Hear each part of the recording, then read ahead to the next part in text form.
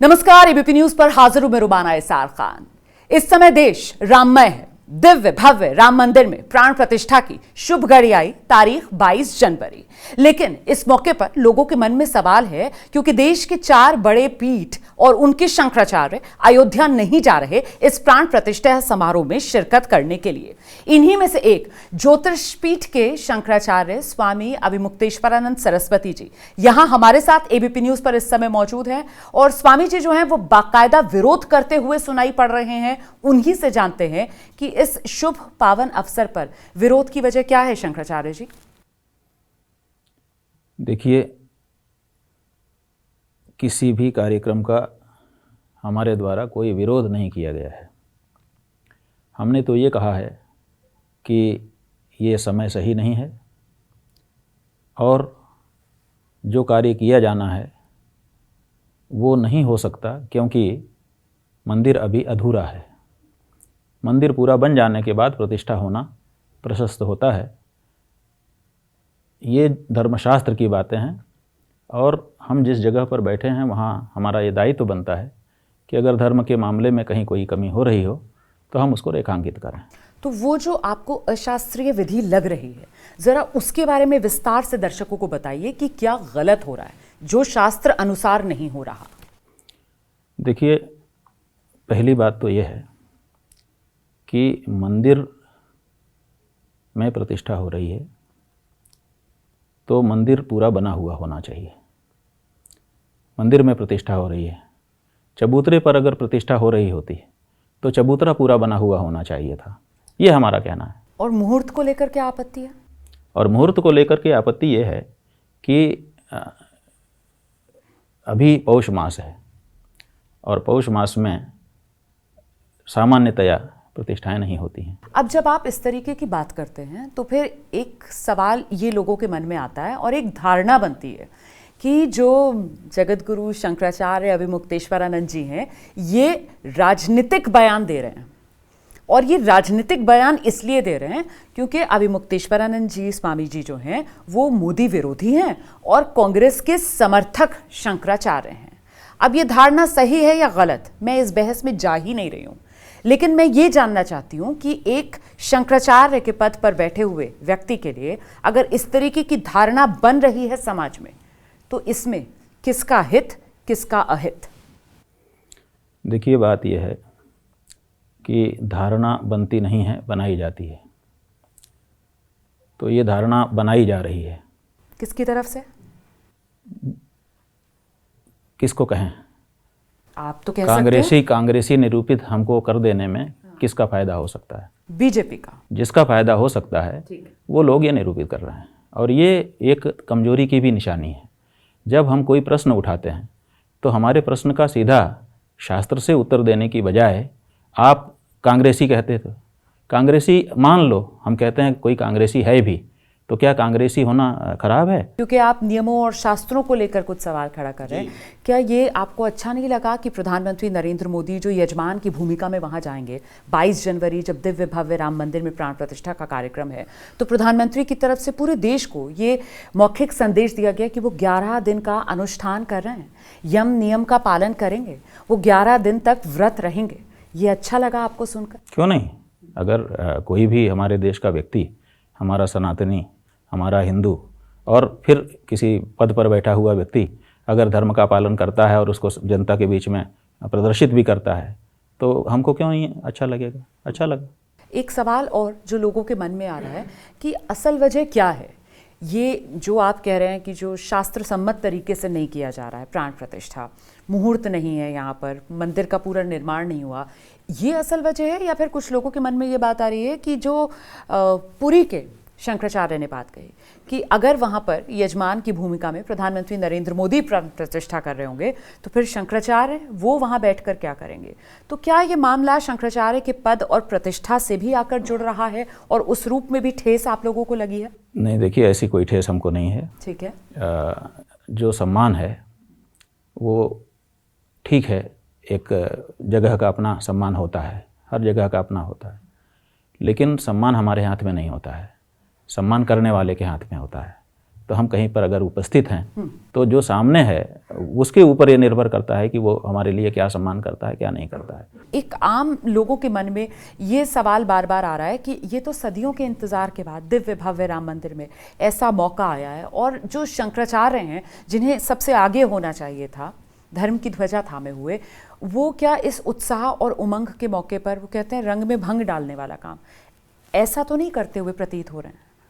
देखिए, बात यह है कि जब न्यायालय में लड़ाई चल रही थी राम जन्मभूमि की मुक्ति के लिए, प्राप्ति के लिए, कौन आगे था? शंकराचार्य आगे थे। शंकराचार्य जी पैरवी कर रहे थे, 250 से ज़्यादा प्रमाण रखे, ऐसी बहस की जिसके कारण आज विजय हुई है। मुकदमे के फैसले में लिखा गया, जब ये बात सुप्रीम कोर्ट में आई थी, आप लोगों ने अगर कवर किया हो या आपका जो लीगल रिपोर्टर हो उससे पूछिए कि जब ये पूछा गया कि मान लेते हैं कि अयोध्या राम की जन्मभूमि है, लेकिन वही जहाँ रामलला विराजमान है वही पिन पॉइंट राम जन्मभूमि है, ये कैसे? तो वो हमारी गवाही से सिद्ध हुआ, हमारे वकीलों ने बहस की। तो हम लोग तो जहाँ ज़रूरत थी वहाँ फ्रंट पर थे।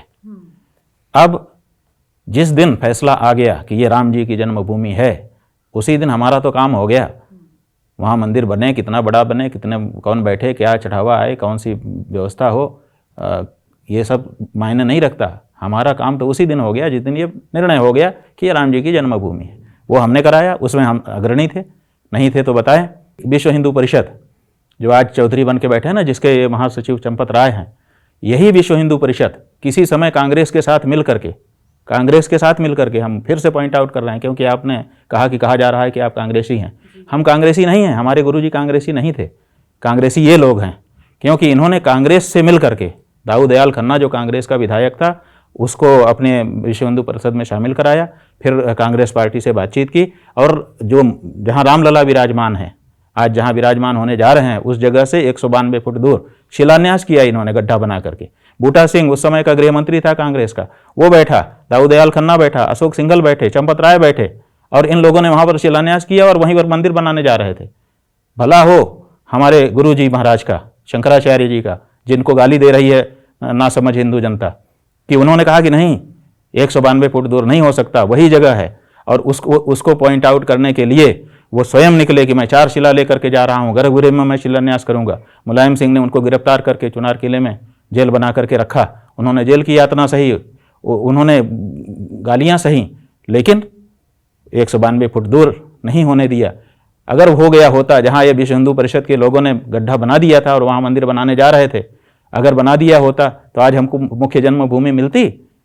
आज मिली है तो शंकराचार्य जी के कारण मिली हुई है, और आप उन शंकराचार्य जी को कांग्रेसी कह रहे हो, राजनीतिक लाभ लेना चाहते हो। शंकराचार्य जी कभी किसी पार्टी के नहीं हैं। कांग्रेस और अन्य विपक्षी दल जो हैं, वो आप लोग, मतलब जो शंकराचार्य जिस सवाल को लेकर प्रश्न चिन्ह लगा रहे हैं इस प्राण प्रतिष्ठा के कार्यक्रम में, उसको आधार बनाकर आप लोगों को ऐसा लगता है कि आपके कंधे का इस्तेमाल किया जा रहा है राजनीति करने के लिए दोनों ओर से ही? नहीं, ठीक है, देखिए ऐसा है कि हम बिल्कुल सही है आपकी बात, लेकिन हम इसको बुरा नहीं समझते। इसलिए नहीं समझते कि राजनीतिक दल जो होते हैं वो, और कोई भी व्यक्ति अपना फ़ायदा देखता है। सूझ जुआरी ही आपन दांव, कहावत है कि जुआरी को अपना दांव सूझता है। तो जो राजनीतिक दल हैं वो देखते हैं कि कहाँ से हमको फ़ायदा होगा, तो जहाँ से फ़ायदा होगा उसको करते ही हैं। तो कभी कोई हमारे इस कंधे का उपयोग करता है, कभी हमारे इस कंधे का उपयोग करता है। आज सब बड़े शंकराचार्य भक्त हो गए हैं नहीं, और जब शंकराचार्य जी को ज़रूरत होती है तो कितनी भक्ति दिखती है। नहीं, आज तो कह रहे हैं कि शंकराचार्यों का अपमान हो रहा है, शंकराचार्य नहीं जा रहे हैं। नहीं, तो उनको मौका है, मौके का लाभ उठा रहे हैं। उसी तरह से इधर भी कहा जाता है कि संतों का आदेश है, संतों का आदेश है, और जब संतों की ज़रूरत पड़ती है तो संतों के आदेश पे गालियां देने लगते हैं। अगर संत सचमुच आदेश कर दे तो आप गाली करते हो, और वैसे मंच पे आप निकाल लीजिए इंटरनेट से, इतने भाषण मिल जाएंगे इनके नेताओं, संतों का आदेश, संतों का आदेश। तो वो भी लाभ लेते हैं, ये भी वो उस तरह से ले रहे हैं, ये इस तरह से ले रहे हैं। हम लोग तो मोहरा बने हुए हैं आज की तिथि में।